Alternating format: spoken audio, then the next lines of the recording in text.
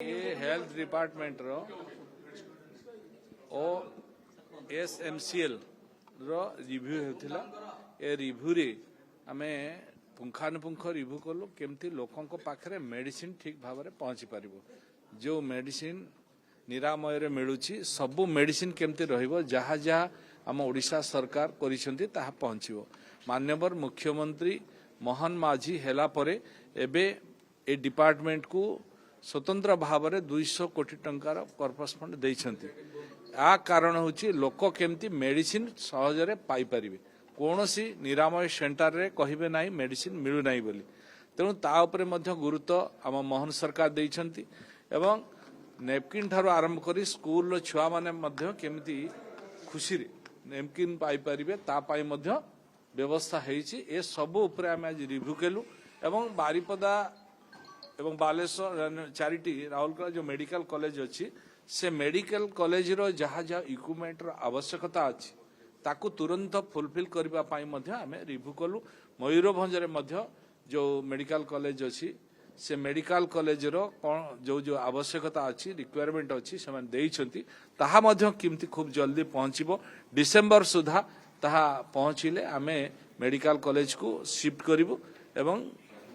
District headquarter Baripada hospital केमती ठीक ठाक चलिबो से पाई मध्य रिव्यू हैला एवं मेडिसिन जहाँ जहाँ अच्छी से मेडिसिन केबे जाउची एवं तार एक्सपायरी डेट पूर्वर केमती ताकू लोकों पाखरे पहुंचीबो जहाँ एक्सपायरी डेट हबो ताकू केमती डिस्पोज करा जिवो ये सब विषय को आज आमे पुंखानुपुंख आलोचना कलु। सर होची अनेक जगह हम देखुछु जे राति रे मेडिसिन स्टोर खुला रहो ये संक्रांत विभाग तरफ किछि निया देखंतु आज जो गुडा डे एंड नाइट खुला रहिबा कथा मेडिकल भितर रहउची से रहिबो जदि सेमिति कोनोसी आपत्ति आसे ताकू मध्य तदारक करा जिवो। आज मध्य मो एठी जो अधिकारी माने थिले समानकु निर्देश अछि से माने मध्य गुटे स्क्वाड करिवे टीम करी अचानक भाव रे सबु जेते निरामय जेते मेडिसिन स्टोर अच्छी ताकू चढ़ाऊ करेंगे एवं देखिए जो जो प्रॉपर मेडिसिन ताकू दिया हैथिला से मेडिसिन ताका पाखर रहउची ना नाही एवं एक्सपायरी मेडिसिन रहउची कि बा जो मेडिसिन जेतकी क्वांटिटी रो थिला से क्वांटिटी ताका पाखर अवेलेबल हेउची ना नाही केवल निरामय जगह मेडिसिन एंकर केवल OSMCL केवल निरामय को जोड़ा सरकारी संस्था से गुडा से माने देखिए बाकी प्राइवेट गुडा तो आमे रिव्यू करूछु प्राइवेट केमती चेकिंग हबो से पई अलगा संस्था अछि से गुडा को अलगा अवस्था मनर आशंका रहउची मुक्ता काले बंद होई जिबा देखो एटा तो अलगा मैटर अछि ता विषय भी आमे तर्जमा करूछु तर्जमा करके निष्पत्ति सर आगु कथा सर बीडीआर परिषद बैठक अछि जनप्रतिनिधि को डका होनी बोली कहौ छी बहुत भलो कथा मीटिंग टा कराउ जते वर्ष परे नहीं एबे आमे प्रायोरिटी सब दउछु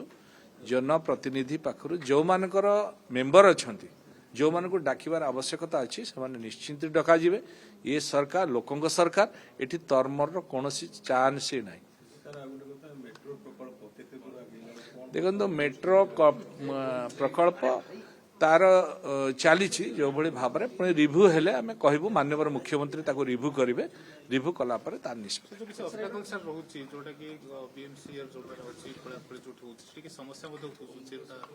देखो सेमिति नु किछ काम कले तो किछ समस्या आसीबो से समस्या को दूर करा जिवो ना सर आपण गतकाली बस्ती बासिंदा को घर बांटिले किंतु तो एलआरसी बंटा हेतला भितर कोठले जेता किछ वैल्यू नाही देखंतु मु सेठी बहुत दुखित लोक मान को ठका हैछि विधानसभा रे मध्ये कथा उठैतिली जे लिफलेट बांटिला भलिया एलआरसी बांटा गला आज आपण बहु जगह रे देखिबे बीडीए जगह रे एलआरसी दिया हैछि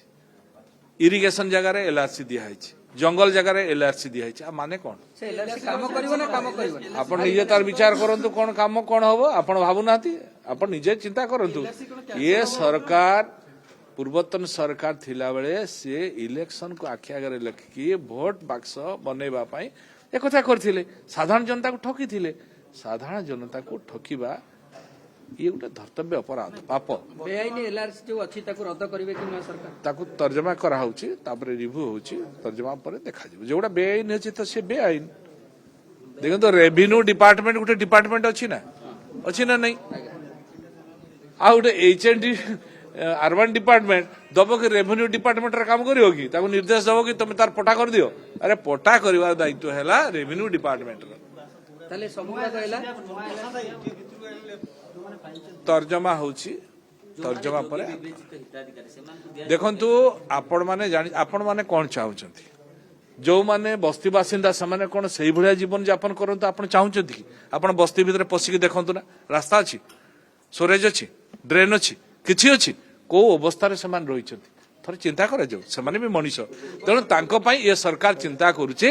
ନୂତନ ଭାବରେ କେମିତି ଭଲ ଆପାର୍ଟମେଣ୍ଟ ଭଲ ଘର କରିକି ତାଙ୍କୁ ଥଇଥାନ କରାଯିବ ସେ ପାଇଁ ଏ ସରକାର ଚିନ୍ତା କରୁଛନ୍ତି ମୋହନ ମାଝୀ ଆମର ଯୋଉ